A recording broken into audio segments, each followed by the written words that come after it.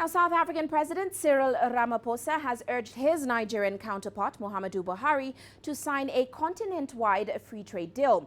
Talks to establish the African continental free trade area with a combined GDP of more than $3 trillion started back in 2015. In May, Ghana and Kenya became the first two to ratify the deal. Now, Ramaphosa signed last week in Mauritania. The African Union project aims to eliminate tariffs on intra-Africa trade of goods and services, creating a single continental market with free movement of business people.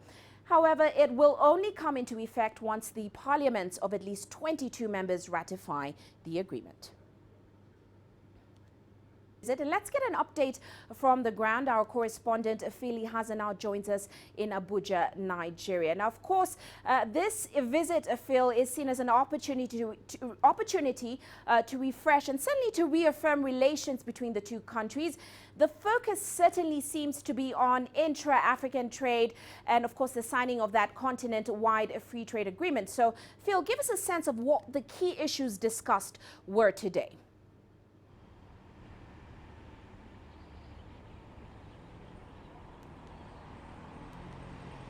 Oh, thank you, Uche.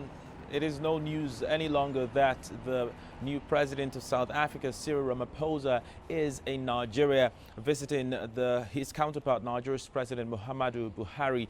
Well, this is not just his first visit to Nigeria. The president also made it clear during his attendance to or at the 25th annual meeting of the Africa Export-Import Bank, which held in Abuja earlier in the day. He said that this is also his first official working visit outside of the Southern African region, except for a meeting also which he attended, a G7 meeting which he attended in Canada. So he also made a big deal out of this, referring to the fact or reiterating the fact that Nigeria is definitely a respected country in the continent. Now, Cyril Ramaphosa also discussed issues as regards the free trade agreement which they have signed, waiting to ratify very soon, and also tried to urge Nigeria to do the same, as all of Africa is looking, to the moment when Nigeria will sign.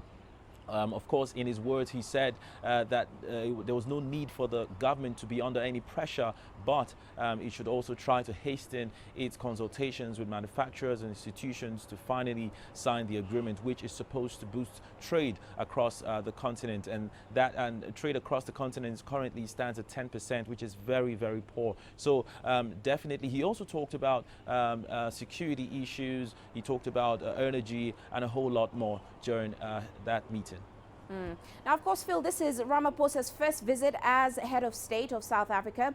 Now, in terms of economic cooperation between the two countries, they do already enjoy a strong relationship, over 30 bilateral agreements between them. Were there any moves to sign further deals?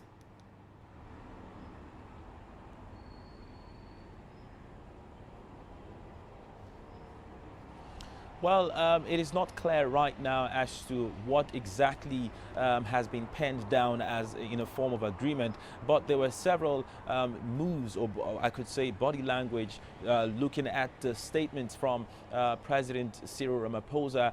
He said that among other government officials in his cabinet that he came with in a form of entourage, he also visited Nigeria with the Minister of Energy in South Africa, and that he specifically said that he would love to learn more, the country would love to learn more about Nigeria's booming oil industry or market. So this is one aspect that we'll be definitely looking to see agreements come up from after talks with the president, which occurred just moments ago at the presidential villa in Abuja here.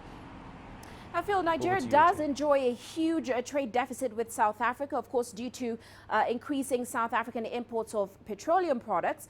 But also South Africa is increasingly investing in Nigeria. We know over 120 companies currently do business in the West African nation. What is the outlook for trade and investment between the two, especially after this visit?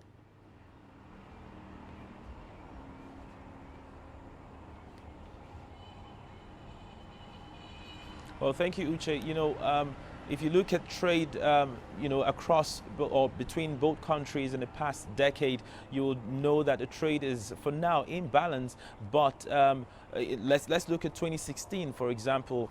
South Africa exported trade, especially in retail, worth $438 million to Nigeria, and then Nigeria exported goods rather, in this case specifically oil, worth over $2 billion in 2016. So if you look at it, the volume of trade outside of Nigeria to South Africa is more, but then the value of trade in terms of diversification, in terms of the different kinds of retail activities, retail businesses. That's why we have 120 and counting companies operating in Nigeria. You'd see that South Africa is important more to Nigeria. But for now, that is the way it stands. And maybe that's the reason why Cyril Ramaphosa, the president of South Africa, came with his Minister of Energy to also look at ways to strengthen the oil industry back at home.